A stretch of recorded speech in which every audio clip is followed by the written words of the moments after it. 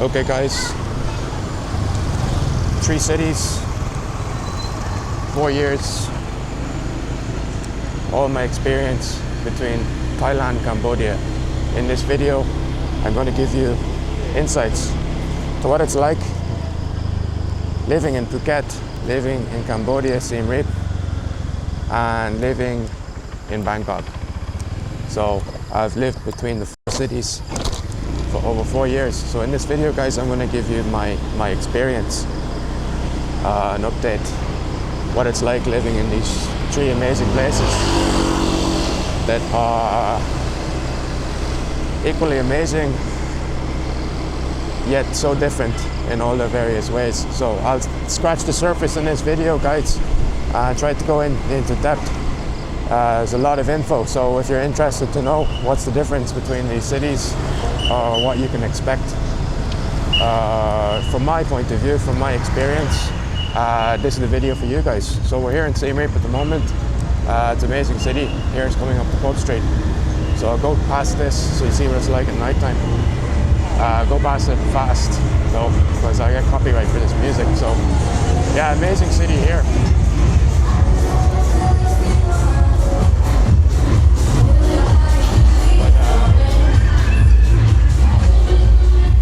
So all the cities very different. So first of all, yeah, if you've been watching my videos, like Siem Reap is quite amazing. I've covered them extensively. I've covered the city extensively. What I haven't done is covered too much about my time in Thailand, in Phuket too, and Bangkok.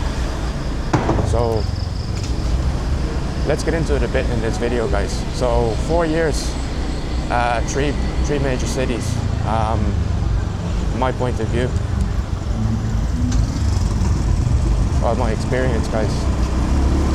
So first of all, Phuket. So landed there during COVID. The island was empty, guys. Most of Southeast Asia was empty. So guys, this is just this pub street. Yeah, so I touched down in Phuket September 2021. The place was empty. Greeted first time in Phuket pretty much with a nasal swab up my nose. That was my first experience with Phuket, a nasal swab in my nose. But not so bad. We all had these experiences, guys. So anyway, I pretty much I spent 2 weeks in quarantine in the IHG. I had IHG Platinum Elite membership, so I had accumulated about 30 nights in IHG properties. So what does that mean? Like Holiday Inn, the Staybridge Suites, Crown Plaza. So all these properties are owned by IHG.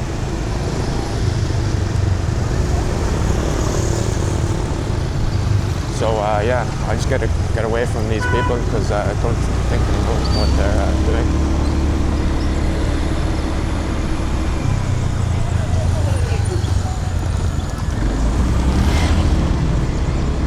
So yeah, safer now a bit to drive. So yeah, like I said, touchdown in Phuket. Stayed in Patong. I was with my girlfriend. Me and my girlfriend, we moved from the UAE, where we lived together. So then we were in Phuket then in quarantine. So pretty much lockdown. I lived in lockdown pretty much COVID. I was living and working in the UAE. So then touchdown in Phuket. I moved there because my girlfriend was Thai, and I'm the type of person that thinks wherever I go I can make it, and that's pretty much true. Every country I've gone to I've been really successful with my work, particularly on the corporate side. But yeah, that's brought me to Asia. Southeast Asia I found it completely different. But yeah, like I do, I always find a way. It's find a way or make a way. So anyway, the experience in Phuket, guys, was actually amazing. Phuket was amazing. I had the whole island to myself. So me and my girlfriend had a couple of pretty great months. She moved back to Bangkok though. She had stuff to do there. But yeah, pretty much we kept it going always. And going between the two cities. But anyway, so yeah, I had to spend those first two weeks quarantined in IHG, the Holiday Inn in Hatong. So yeah, this was my first exposure to Phuket, and so when that finished, I was looking for places to live. So actually, I'm not, Patong is not my style. I'm not really that type, like Pattaya, Patong, those types of places are not my scene really at all. So I thought, yeah, I really like Phuket, but where's a cool place like to chill and work? And I was kind of taking a reset during COVID at the time, and also starting up my business that I have today in consulting. So yeah, Kamala Beach, guys, that brought me to Kamala Beach. I found this lovely place on top of a mountain, secluded, but when I wanted to, I could come down from the mountain, go to different places. So guys, anyway, getting a bit into the story too much, but what I want to tell you is that yeah, I learned a lot. I spent 2 years in Phuket, 3 years collectively in Thailand, and now over a year in Cambodia. So I'm in a good place to give, I would say, credible input on the pros and cons of all of these times in these amazing places. So Phuket, guys, I don't think like that time is representative of reality, because basically it was empty. So I'll always look back at that time in my life with a lot of COVID was tough, but I'm grateful to have had the opportunity to experience living in Phuket when there was no tourists, guys. So Phuket is an amazing island, guys. So like Rawai, like Kamala, and then up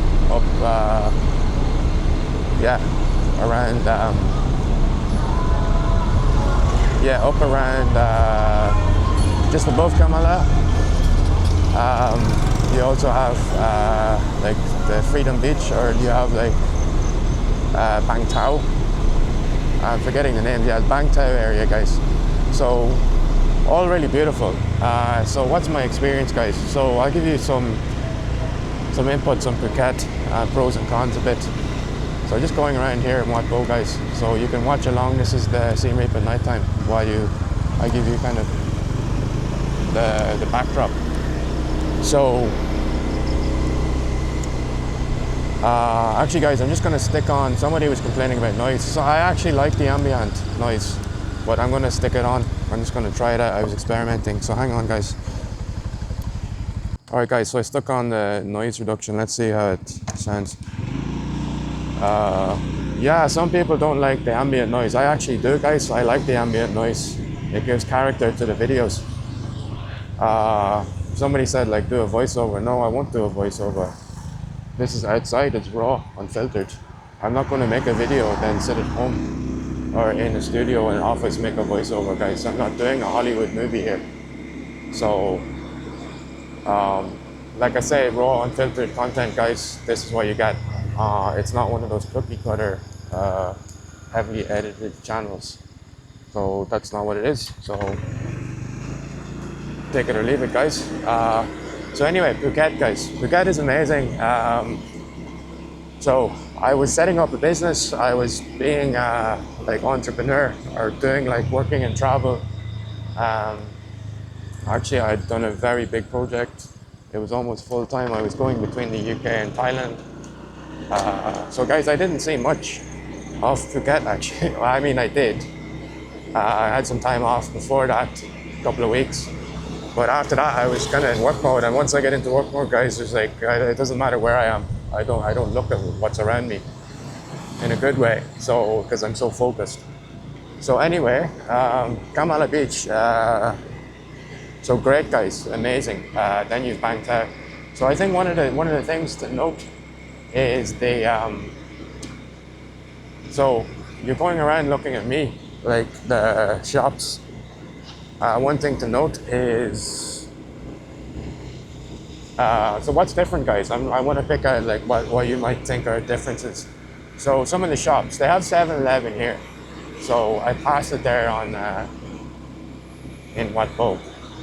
Thailand, however, has two. So they have Anchor Market here, which I really love, guys. Anchor Market is great. You've got the Western groceries when you need them, want them. Here, you've got, in Phuket, in Thailand, what they have known as Tops. So Central Group is one of the largest retail groups in the world. It's a Thai publicly listed company, and they are pretty good. I think the upper management, it's all from France, like European management. So it's pretty well run most of the time, and they've got good stores. So Tops is one store that's all over Phuket, and it's all over Thailand. And you also get the Central Group, part of the Central Group, and they have a good loyalty program, guys. So I accumulated a lot of points, and you can spend these in the stores all over the country, which is great. So that's one thing, guys, is the stores there when you're so foreigner. So guys, I'm looking at this through the lens, by the way, of an expat. This isn't a tourist video, so I'm talking about this when you're trying to live somewhere successfully and really integrate. So I'm talking about Phuket now. So guys, living in Phuket, these stores, Tops Market, they have everything, guys, as well. So here you go, there's 7-Eleven, guys. So when I go to Anchor Market here, guys, actually it's very similar. They have a very similar product range. The other one, if you're living in Phuket and Thailand, is Villa Market, guys. So Villa Market also has lots of cool stuff. So guys, I'm just going around Wat Po, show you some of the nightlife here too. It's a bit late.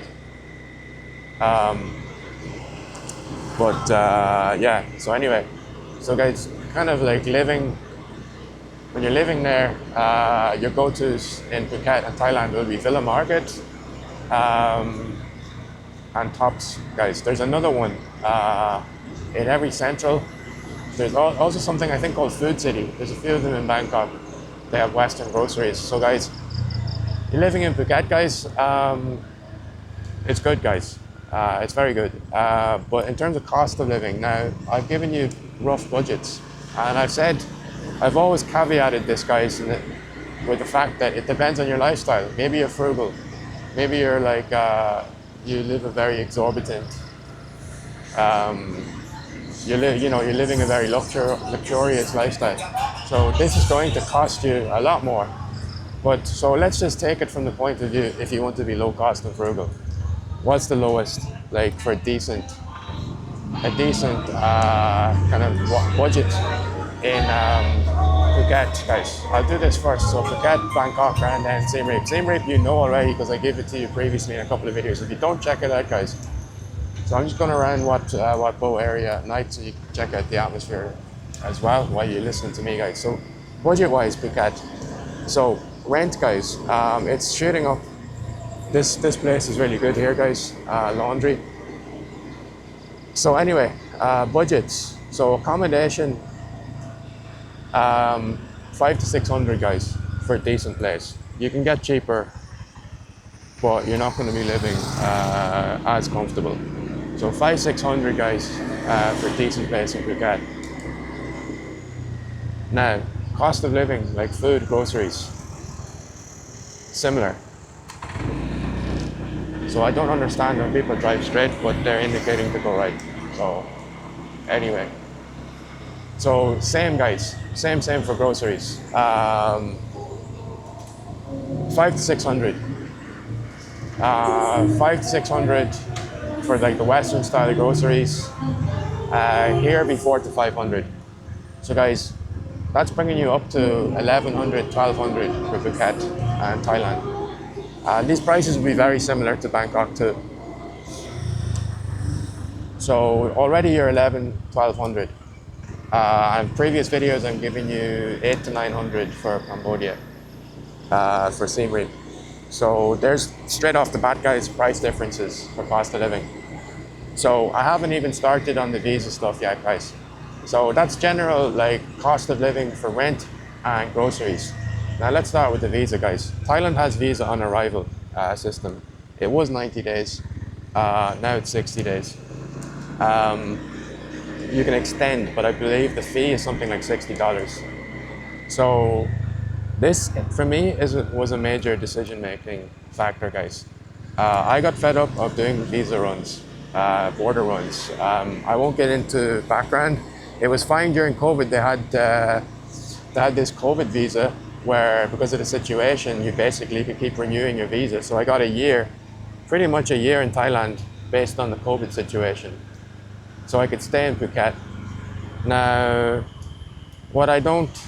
I think this will improve. I'm sure Thailand will improve on this, but honestly, it's a big deal for a lot of foreigners. They do, every 2 months, I came to Siem Reap, I saw the temples, then went back to Bangkok, or I went back to Phuket.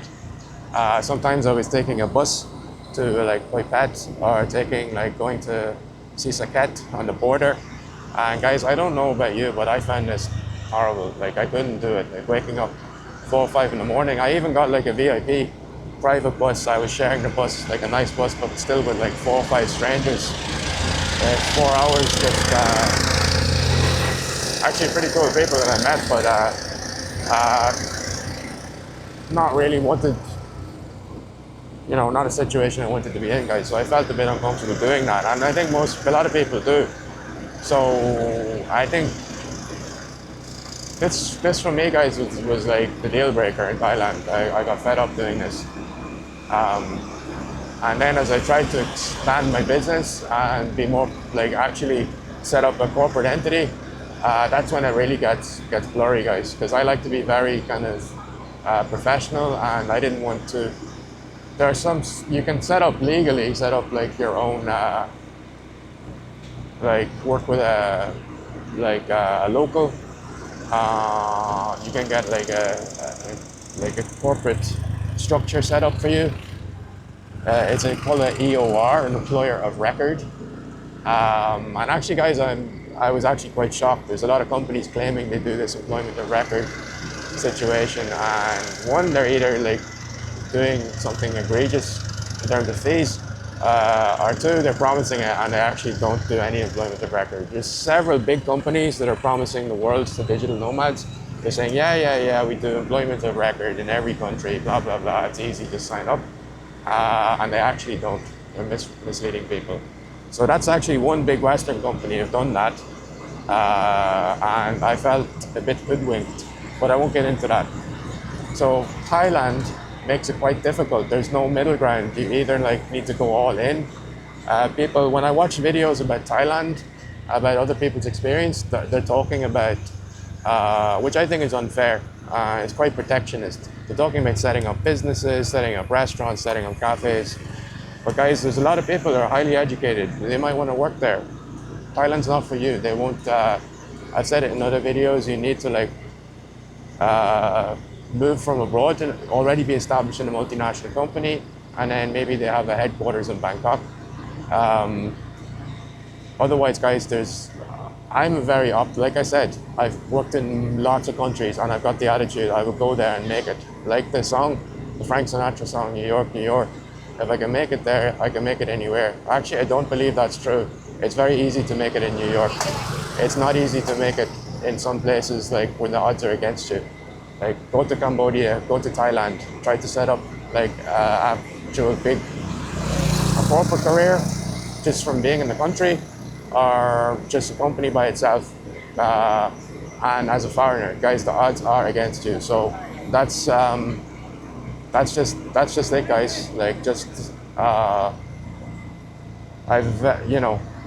I've been successful. I will be even more successful, and my story just keeps going from strength to strength. But I really hit a brick wall in Thailand, and I was really disappointed, guys, because my partner was Thai. We'd be going together like 5 years. I was really all in, and I was like desperately trying. I was emotionally invested. My career I'd always put first, but for once in my life, I put my personal stuff. I put my girlfriend first, and yeah, it was heartbreaking, guys. Sorry, I'm not getting it. Well, thinking about it's making me emotional, but it's hard, guys, because I went all in, but I just got a brick wall in Thailand, and I think you need to figure out a better way when good people want to actually contribute to your society,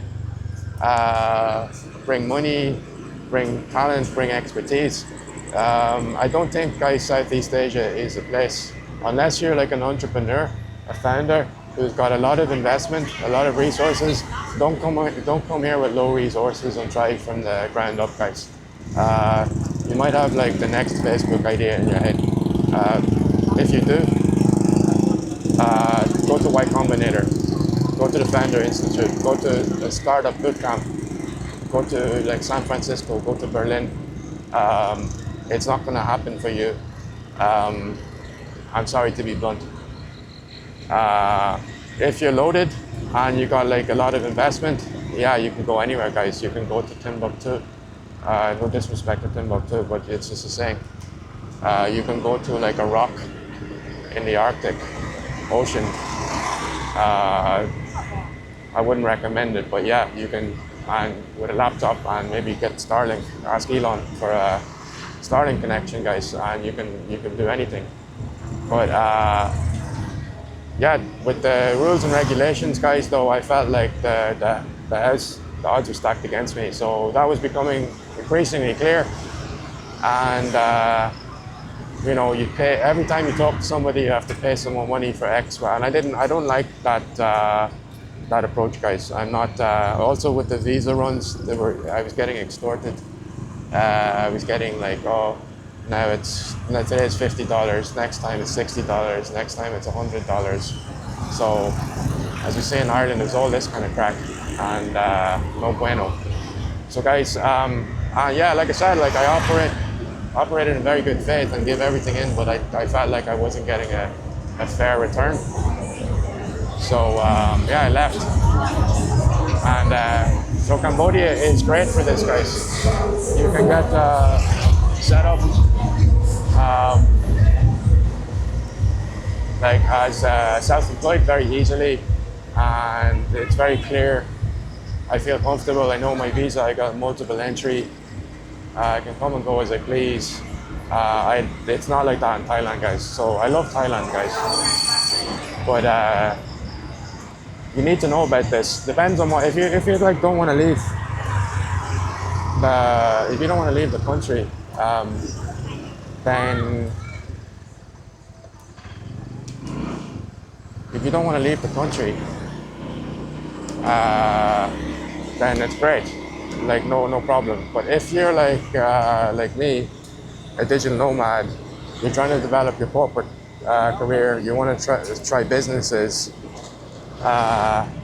it's not the place to be, guys. That's the brutally honest truth. So anyway, Phuket, luckily with my network, yeah, I had a lot of opportunities. And I'm not going to go into details in the video, but yeah, I was pretty successful working remotely from Phuket. And yeah, so what else, guys? So I'm talking about visa there, I'm talking about shopping, like groceries. Groceries are great, giving you the budget. The visa, like I said, needs to improve in Thailand. It's very difficult.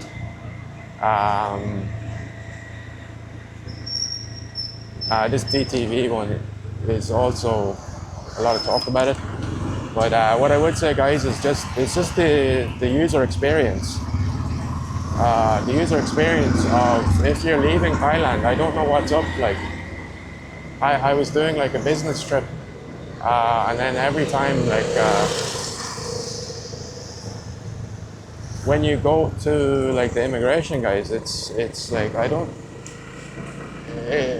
it's a very unpleasant experience, guys. It's very unpleasant. And then when I'm living in other countries, just fine. Everything check, yes. I mean, if you just look at Singapore, what they do with the biometrics, they pretty much scan you, say, are you like Are you like legally? Is your passport? You know, you're not a criminal, and then bang, you're in the country.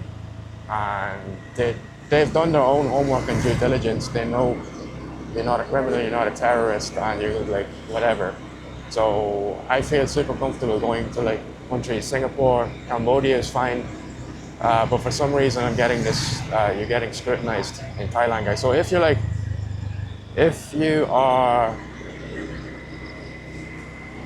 yeah, guys, and that's the point where my heart kind of started to break with Thailand. You know, because I given so much. Like I said, my girlfriend and good friends from Thailand, who I all love. To invest so much and then to be treated like this, guys, is not it's not good. It's really not good. And I felt like, I also feel like, so for some of you expats, retirees, it's fine, you just want to put your feet up, live out the golden years, but not everybody's like this. So I think Thailand is set up for you, you know? You just stay there, you don't move, you sit on the beach or something. I'm not like that, guys. I can't just stay somewhere and sit on the beach. I'm a go-getter. So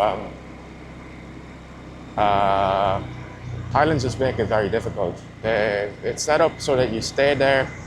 Even now, everything's closed. And so last thing on the visa, and then I'll stop, guys. Visa runs. So what's the closest country? The closest country is Cambodia. So like I said, I had to go to like the border here a couple of times. And not everybody can afford, the air travel is still open, guys, thankfully, but not everyone can afford that. A lot of people are taking buses.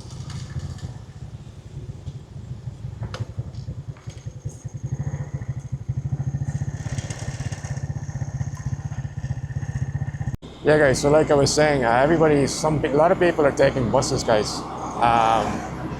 So what does this mean? So imagine now you're doing border runs and you're living in Thailand, and they've just shut the border with Cambodia, and you have to do a border run, and you're on a budget, and you're used to paying maybe $25, $30 to take a bus to the border, taxi, whatever you do, but now you have to pay over $100 or €100 to fly to or whatever. So you're always on edge, guys, in Thailand. You're always on edge. You never can integrate. And that's just, I've even looked at some of the retirees, people who are working there, or just, I've watched some YouTubers as well, who even on the business visa, they're like flying to other countries. And because they're living there, I think that they are afraid to actually speak and say what they think, so they don't talk about it. Yeah, I mean, that's for a Westerner, guys, that, you know, you have to, you know, it's these are values that we are born with. So like, guys, this is why I look up to the West as the US and America as our big brother, because they share the values we all believe in. Which is why I have a lot of respect and admiration for the United States. So when you say the land of the free and they're leading, this is what we all want, guys. We all want these values. We want freedom of movement. So we're not prisoners. So when you put a Westerner in that situation where you limit some of their freedoms, like a European is used to like going around and then you're like interrogating them, you will not find those people too much interested. So by design, yes, maybe it's set up then just to have the retirees. So, but yeah, so that's my opinion, guys. Is kind of a digital nomad, somebody who wants thinking also about corporate opportunities. Thailand, very difficult. The visa the point I was making as well, that now that they've closed the border, what are you going to do? You're screwed. So yeah, you can imagine, I was already stressed when they finished. A couple of things, like I've never had stress about visas here, guys, and it was the one source of anxiety that I had living in Thailand. I've had client companies who promised me employer, yeah, just reneging on like work permits and deployment record things, even though it was agreed and actually promised from day one. From that, so be careful, guys, because Western companies, a lot of them, even though they're trying to like expand in Asia, they might not realize all of the regulatory hurdles that you have to go through to get set up in Thailand. So this might be, yeah, just looking at the guy with all the sticks. So yeah, guys, you might be in a difficult situation because of this.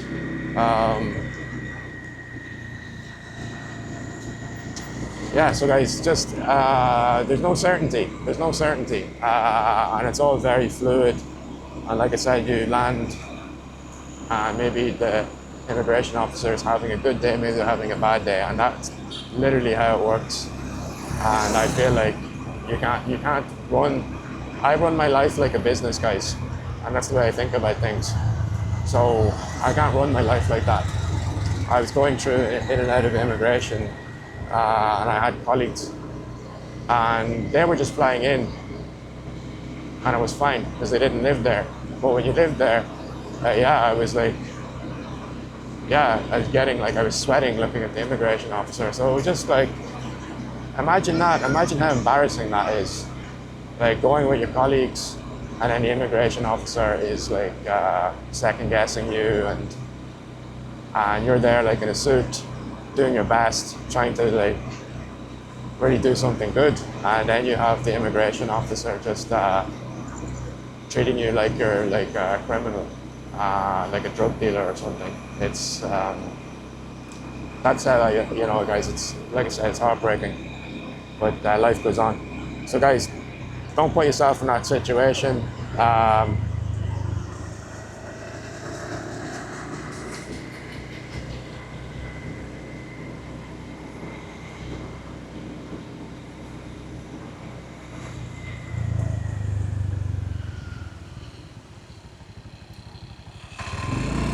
It'll be helpful if you indicated. So anyway, guys, that's just this won't be applicable for retirees, but for anybody like looking to set up businesses or thinking about have a lot of like the same mentality like me, that I've got a great degree, I've got a master's degree, I've got a lot of experience, big network. Guys, protectionism is a real thing here. So do your homework before you come and get something set up. So anyway, guys, moving on. Apart from that, guys, if you're not in that bracket, if you're just like retiree or something, you still have to do the visa runs. If you're working, trying to look for a corporate job, I don't recommend it.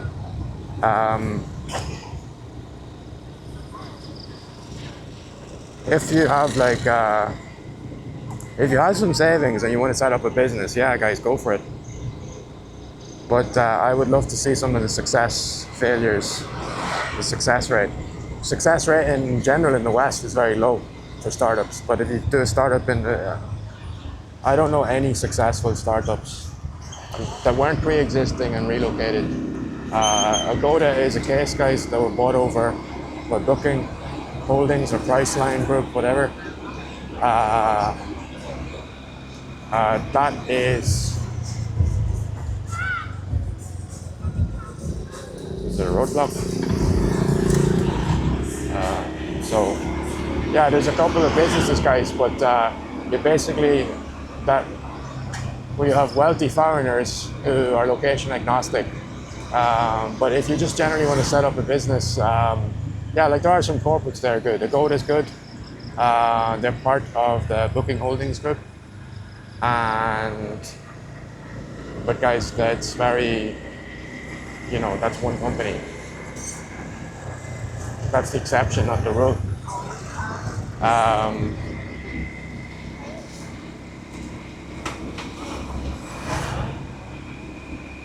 So anyway, guys, and that's just if you have an MBA or something, like it's not I think it's something really specialized, engineering, computer science, but then you probably can work for yourself if you're already like a programmer or in computer science. But anyway, guys, yeah, so that's visas. Long and the short of it, it's very difficult in Thailand to do something that you feel happy with and you feel like you have some dignity as a professional. That's my general experience. There are rare exceptions. So yeah, so anyway, visa is difficult. Retiree visa, fine. So what else, guys? So I've talked too much about visas, but it's a big topic. So it's like I said, it's a decision maker. It's why people leave or go to a place. So guys, guys, I love Thailand. Like I love Phuket. It's amazing. Like the place, lots of cool restaurants. Nightlife is amazing. The scenery is amazing.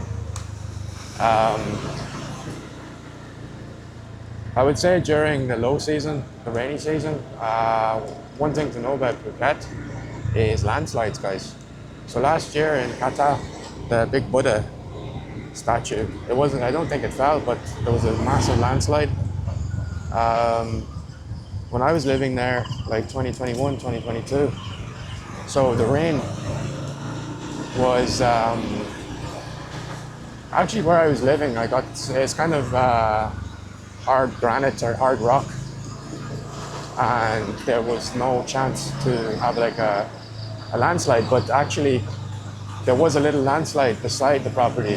So if you had bought there, pretty much one of the houses was covered in a landslide, guys.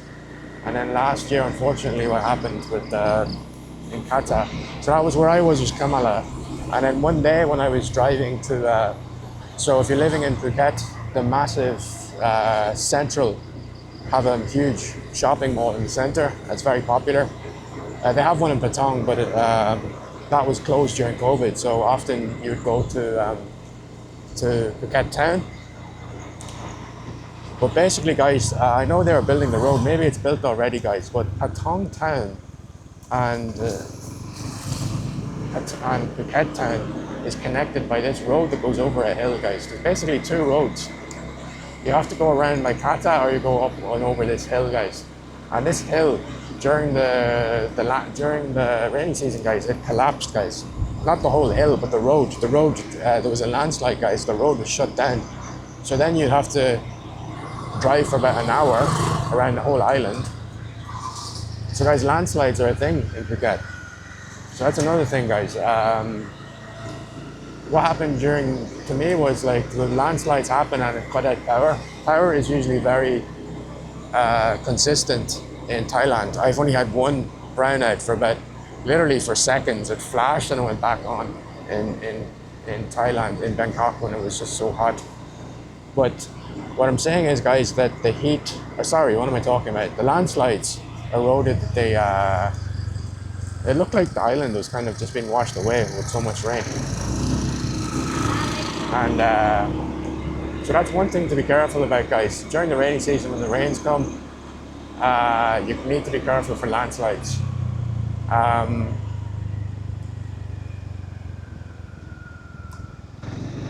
So Phuket, very, very good, guys. There's lots of cool properties. You can get something 11, 1200. Phuket, Siem Reap, like I said, 800, 900, decent level.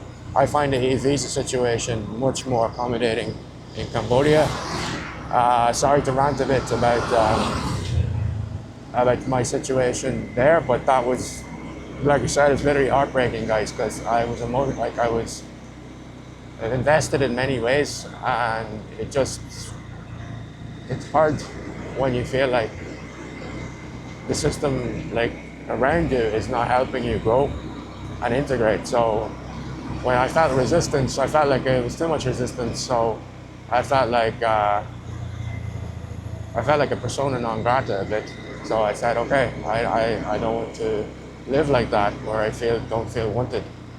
Yeah, and that was, like, I can understand when people are just like going to Thailand as an escape mechanism or something, but I I love my.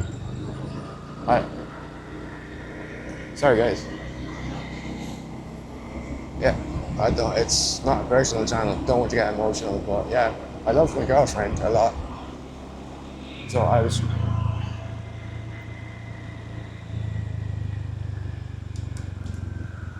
Yeah, sorry guys. I was pretty much trying everything to make it work. So. Yeah, guys. Sorry. Just talking about it brings up just some emotion. But so just think about it, guys. Follow your head when you go to Thailand, and not your heart.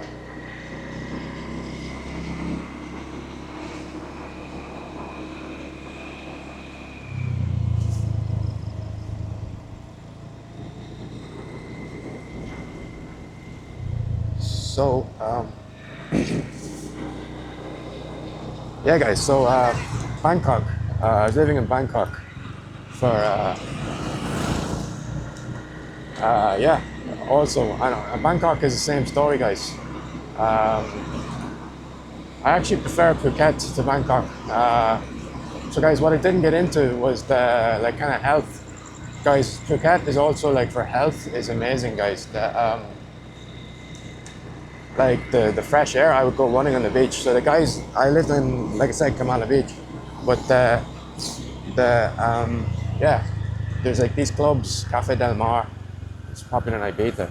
So basically everybody would be partying there, but I was there running like a lunatic on the beach after work or taking a break for an hour. I go to the beach, run, go back, work. So guys, yeah, I was all in. I was working. I was doing everything right. Really working hard and doing things in good faith. That's why it's just so difficult. But Phuket is great for health, guys. There's a fitness in Rawai down the south. There's like a street. I think some YouTubers cover it pretty good. There's some famous like Australian YouTubers go there, and they're going like to these like the fitness camps. It's pretty cool. You got like the UFC people training there in Muay Thai. So I really loved living in Phuket, guys, for health, like health and fitness.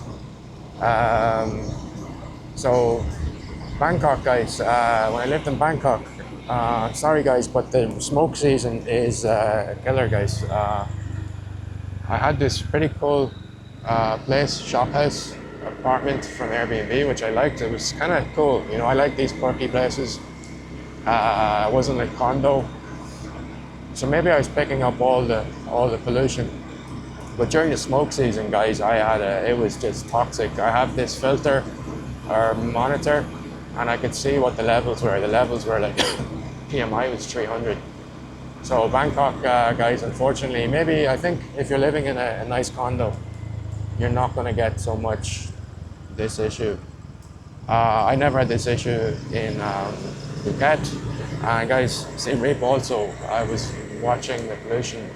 It's really low even during burning season, February to March. But in Thailand, especially up north in Chiang Mai, I believe, there's a lot of smoke.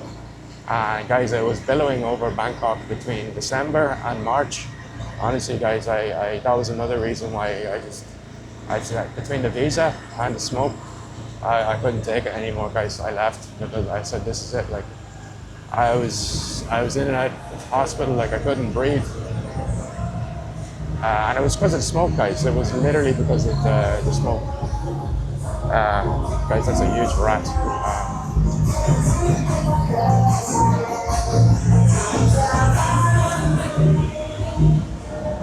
So guys, if we compare Phuket and Bangkok and Siem Reap, guys, so Phuket and Bangkok and Siem Reap have amazing like air quality and health options. So Siem Reap and Phuket are really hands down the winners for this, guys. Like I said, also there's lots of like little camps here. There's fitness camps.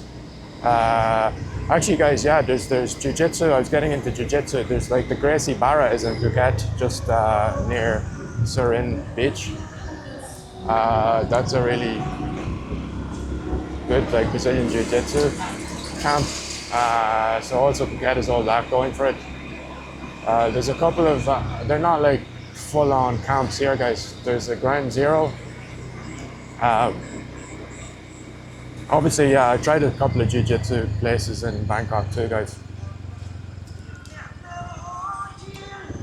So I'll just show you, the place is getting like now midnight, guys. You see, it's like it's shut down.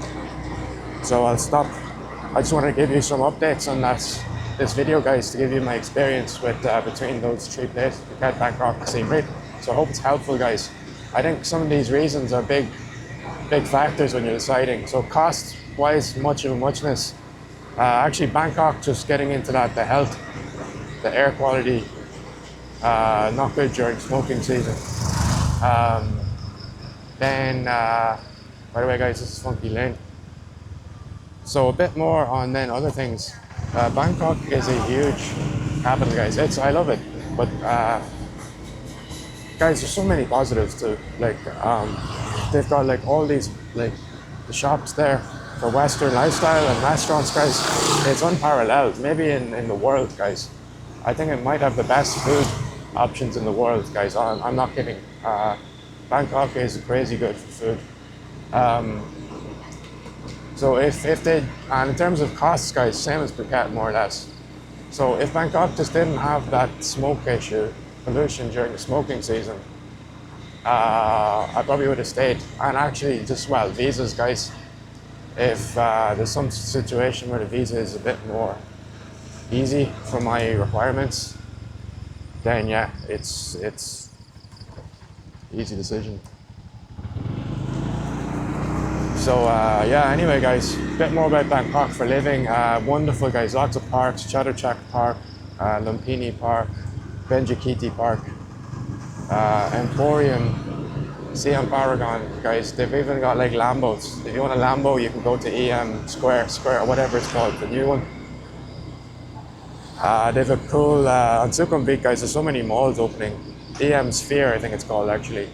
There's a Lamborghini store at the top, guys. It's cool. I mean, guys, I love Bangkok, but some of the emotion just comes from how much I invested in, and then how difficult it is actually to live and integrate well in the society, meaningfully. So I actually, even though like I was with my girlfriend, I felt very lonely just because I saw many families all like really happy living like that type of life. I did not want to be in the expat scene, all these guys like retirees. I'm sorry, guys, but it's just not where I am in my life. I wanted to integrate. I didn't want to, like, you know, spend my time in bars. Yeah, there's nice gyms and that, but I'm a pretty unique person, guys. I'm on a unique journey, and I've, like I said, it can be lonely at the top, guys. So yeah, and guys, I've got lots of friends, like good friends, but you know, they're all over the world: Mexico, India, Ireland, Germany, UK, and I meet people everywhere, guys.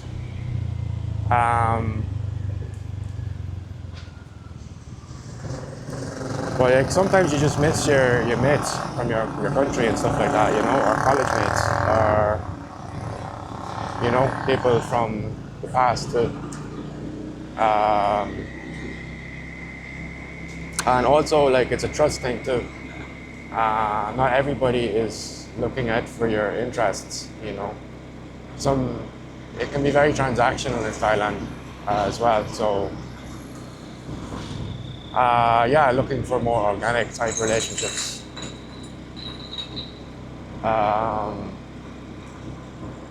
So yeah, just when you look at this, when you see like you walk into the mall, you see like everybody very happy and they're working on their, you know, they have a job,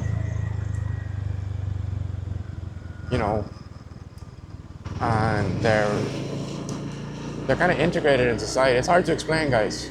But it's kind of back to what I was saying about getting a corporate job in Thailand and contributing to the society. That's something, working as as a consultant, guys, you're always going to feel on the outside a bit. I'm somebody who wants to kind of be part of something, if that makes sense. So I found that can be a bit difficult in Thailand, to be honest. So yeah, that's one thing, guys. But Bangkok, you find your tribe. There's lots of interesting people, cool people. Use Facebook groups, use meetups. I made good friends there too, guys. But like for me, like because a lot of my life has been focused on the professional side of things. It's just that's where I found a brick wall in Thailand. But anyway, guys, Bangkok is amazing. So much food, everything's cheap. Be wary of the smoke. Actually, some good deals, guys, with the rabbit. Get the card, the BTS card. You get this little card, guys. And the thing I like about it, you get this pack, guys, every month. You get like 10 trips on the BTS, and you actually they have the company called Rabbit. And you get some free gym memberships and free water and free snacks in the Rabbit stores and the BTS, guys. They have this little, I think it's cool, this Rabbit deal. So yeah, there's a lot of cool like the loyalty programs that give back, and if you want that Western style living, like Bangkok is amazing, guys. So yeah, guys, I mean, I love Thailand and Bangkok, don't get me wrong. I just, I feel a bit, like I said, disappointed, a bit heartbroken on the visa,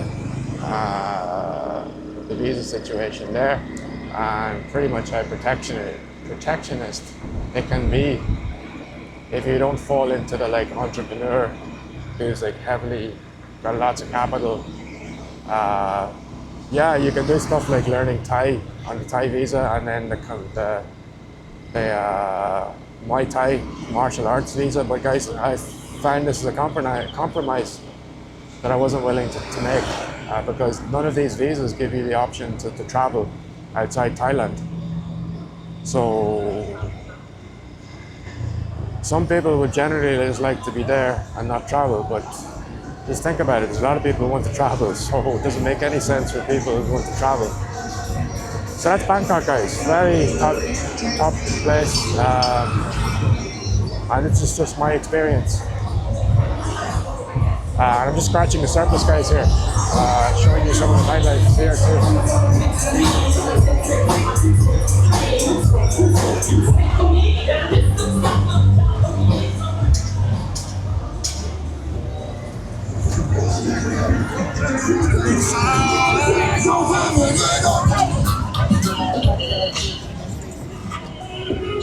So guys, one quick thing there, nightlife. So this is the nightlife here in Siem Reap, and it's good.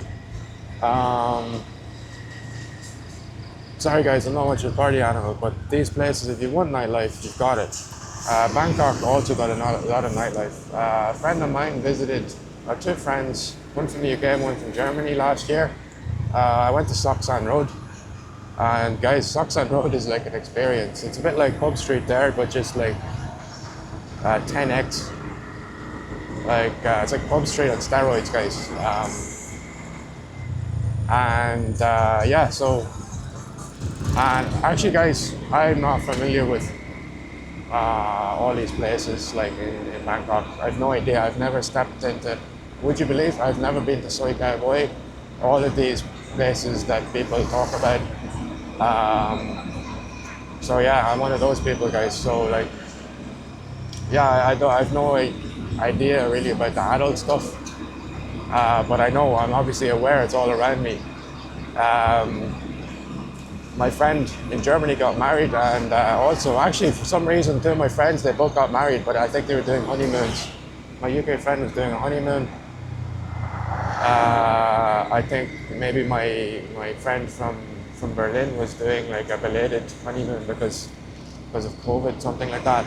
But anyway, we just walked to him and his wife through I don't know where it was, guys, somewhere, one of those crazy places in Bangkok. I was yeah, it's kind of like interesting. But there's that kind of night. What I'm saying is, there's that kind of nightlife that is kind of infamous globally for Bangkok. So Bangkok is like got something for everyone.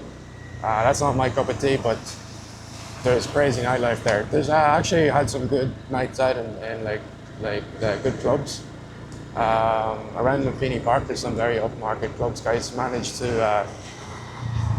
This is near the Kimpton Hotel. I forget what it's called, guys. Managed to blag our way in. I think it was VIP or something.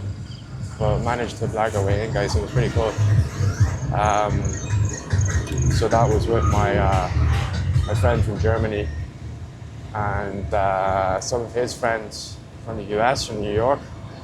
So just, I'm kind of like, that's what I mean about my friends, guys. Anybody, like I've a relationship with some people that any of their friends are my friends, kind of thing. But that's like my inner circle. So yeah, that was pretty cool. So I met with some of his friends because he was going home with his wife. And yeah, it was pretty fun, guys, pretty wild. Just like kind of the night. So what I'm saying is like kind of the nightlife, the nightclubs in Bangkok are pretty cool too, guys. So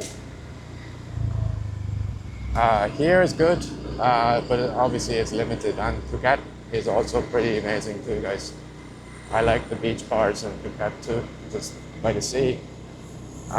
What else, guys? So I've been talking a lot. I'm just scratching the surface.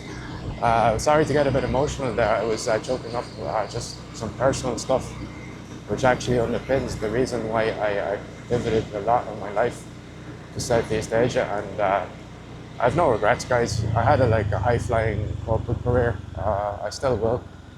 YouTube is not something I'm doing at the moment. I do it just personal, hobbyist basis. Also, it helps. I'm also interested to learn a bit how it works, and I've learned a lot actually. So I would call I'm almost an expert at this stage. I grew the channel, and it's hard to grow from very little, and it's a couple of thousand now. So thanks, guys. But yeah, I mean, what I'm saying is, I'm trying to make good content, but I never pictured myself doing this ever, and I still would appreciate if it's a faceless channel, guys. It's a pseudonym, and I'm doing this in very good faith, very positive. I'm showing the best of everywhere I go to. I'm being truthful. It's not one of those shady channels that are all over the place. I'm not doing anything negative. It's all very positive and well intentioned. But nevertheless, it's for entertainment only, and I'd appreciate, guys, if you respect that as well. Just in the comments too, I've noticed some 2 times people have not really doxed me, but they've crossed the line by I've never mentioned personal details. Somebody 2 different people have mentioned there's a squirrel in the left lens, but yeah, they've mentioned something personal that is not appropriate, guys. So just have a think about that. There's no personal details on the channel, so respect my privacy, guys, and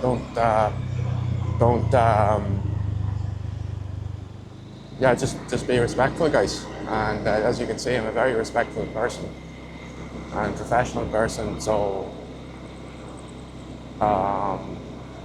do unto others what others do unto you, guys. So yeah, so just be respectful, I'd say, guys, as well. If not, then just don't watch. And yeah, it's yeah, you will. There's ways to manage these situations, guys. So just be smart and be respectful.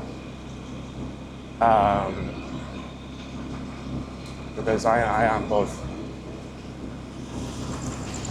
and I see everything, guys. So yeah. Remember, guys, I am a digital native too. So anyway, guys, yeah, thanks for watching. Long one today. Those are just kind of a high-level view of kind of my collective experience between Cambodia, Siem Reap, Cambodia, Phuket, Thailand, Bangkok, Thailand. Really scratching the surface, guys. A bit windy because I was just thinking about some life situations. So in the future, I'll be more collected, guys.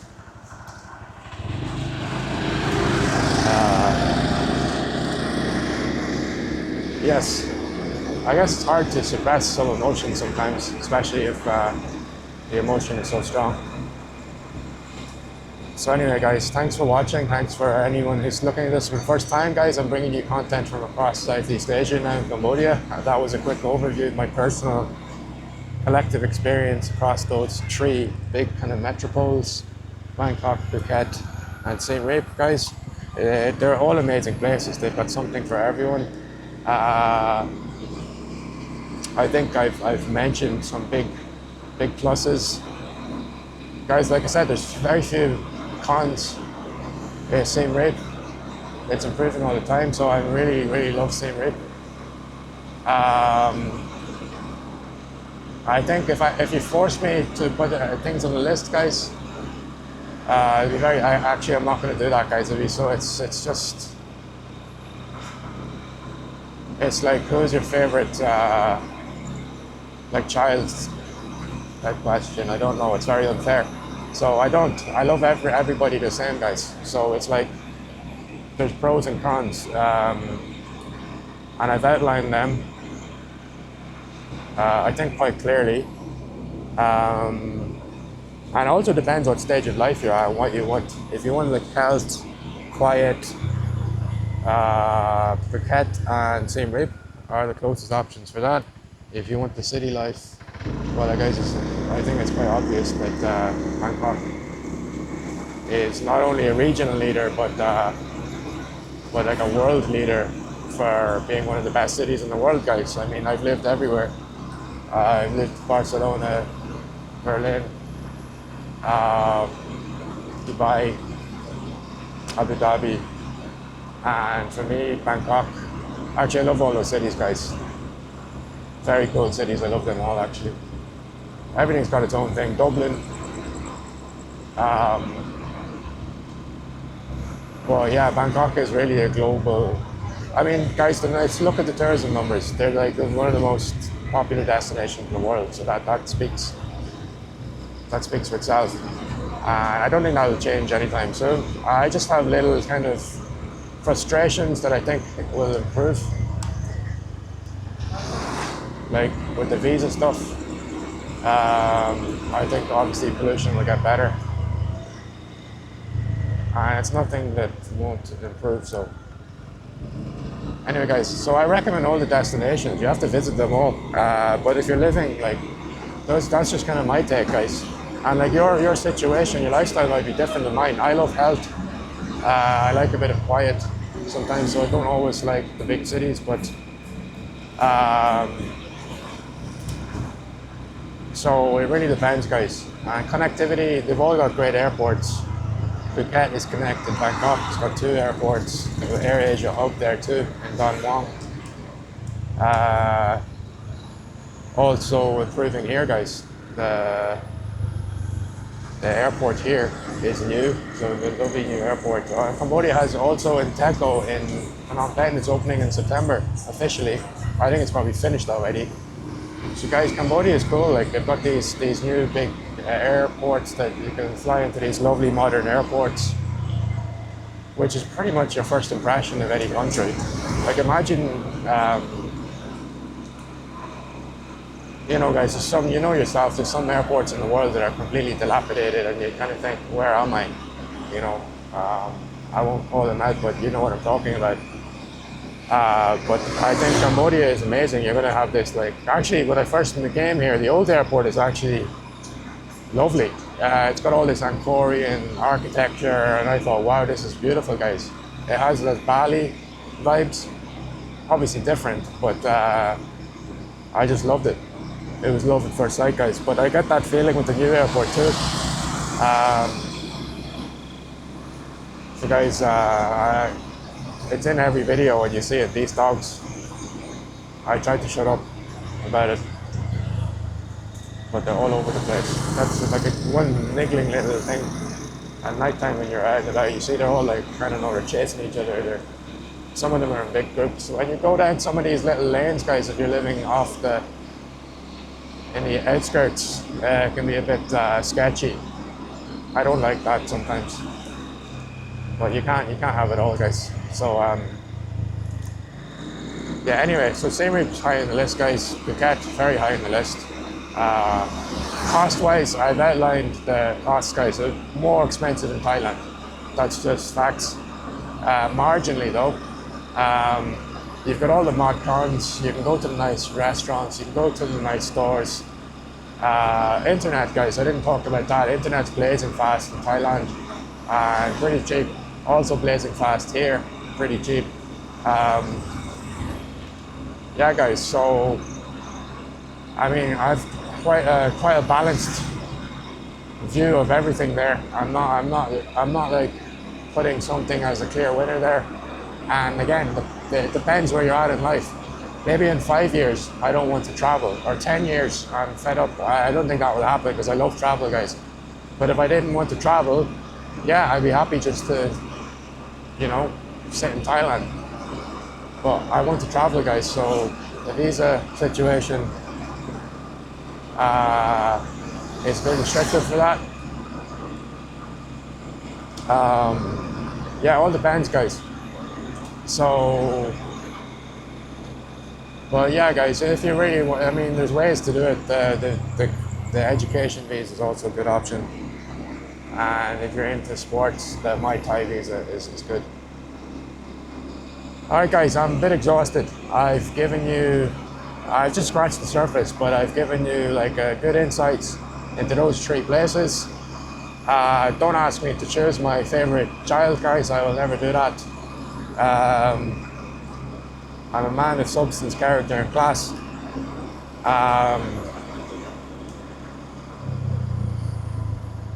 Being wealthy is not always how much money you have in the bank. So anyway, guys, that's my humble opinion. Well, it's my factual kind of collective experience. Just scratched the surface, so I hope to go into more detail in future videos, guys. Please let me know what you'd like to know about.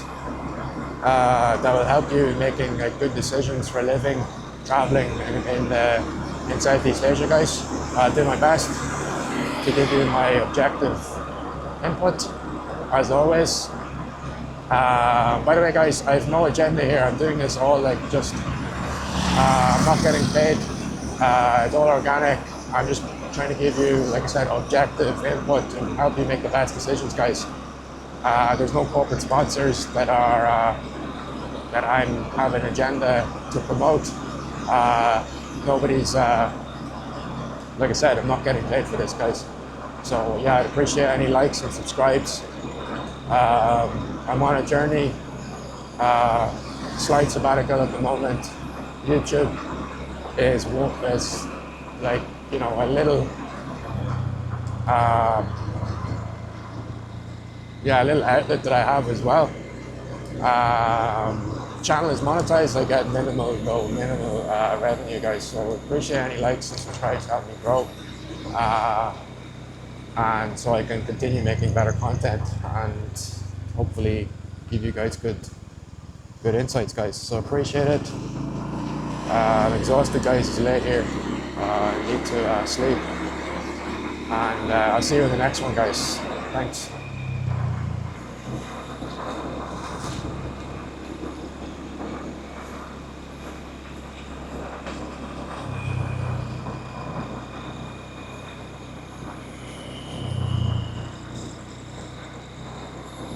Alright, guys, yeah, some posthumous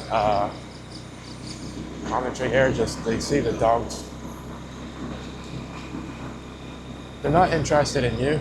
Like, they won't, I don't think they attack. But it's a bit nerve-wracking. Sometimes I turn the corner here and I see a lot of dogs just lying there. So, okay today. All right, guys.